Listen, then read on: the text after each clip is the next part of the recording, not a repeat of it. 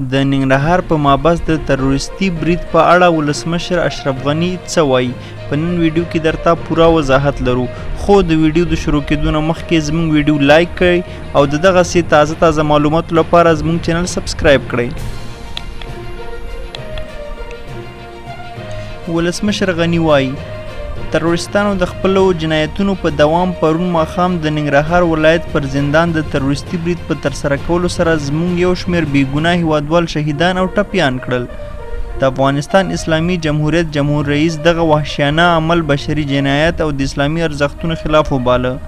او ویل د نیکمرغه لوی اختر په ورځو کې چې د مسلمانانو د خوښۍ او مهربانۍ ورځې دي د تروریستي بریدونو ترسره کول له دیني او انساني اصولو سره په ټکر کې دي.